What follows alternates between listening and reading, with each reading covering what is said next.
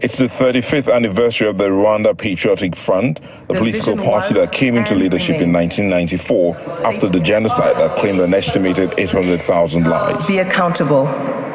Think big. Over 1,000 delegates from across the globe have converged on Kigali for this event. Amongst the participants is the President Paul Kagame, his wife, and top government officials. The major part of the conversation here is how Rwanda has moved into nation building and how Africa can take charge of its future. The applause is loudest for setting the pace in good governance, running an all-inclusive government, and a disciplined political party. There is also a warning not to be complacent. And there are two basic things that RPF has become successful as far as I am concerned. The first one is, as we are leading a transition economy where government has to play a major role, then as Comrade Tito said, we are always at the temptation to capture government and then a certain group of elites benefiting from the system. The people have shifted their minds from what they actually know that should be done, that we have discussed and debated,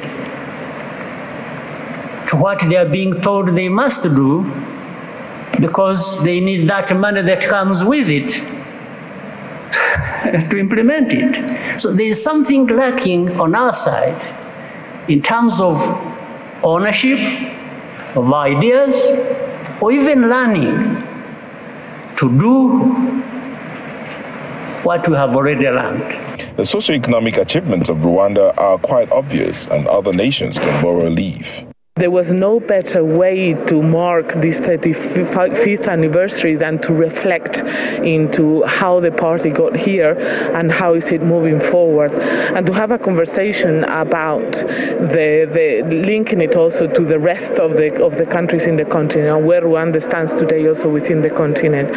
I think Rwanda has showcased how transformation is possible, how since the genocide against the Tutsis they managed to transform the country and bring it forward with a leadership, with a strong leadership, with a strong accountability and anti-corruption system. That was a lot. There was reflections around these matters in the first panel this morning, and how important accountability and institutions and governance is in moving forward the country and the transformation as a key of success for the future. What you're able to invest to the young generation, the young people, 35 years. When you are reached 35, we're already an adult, but think about the one behind you, and who also have to understand the history of the country and to not make another mistake of going behind and going through what Rwanda went through. African nations have a neighbor in Rwanda that has shown the way in many areas of governance and political leadership.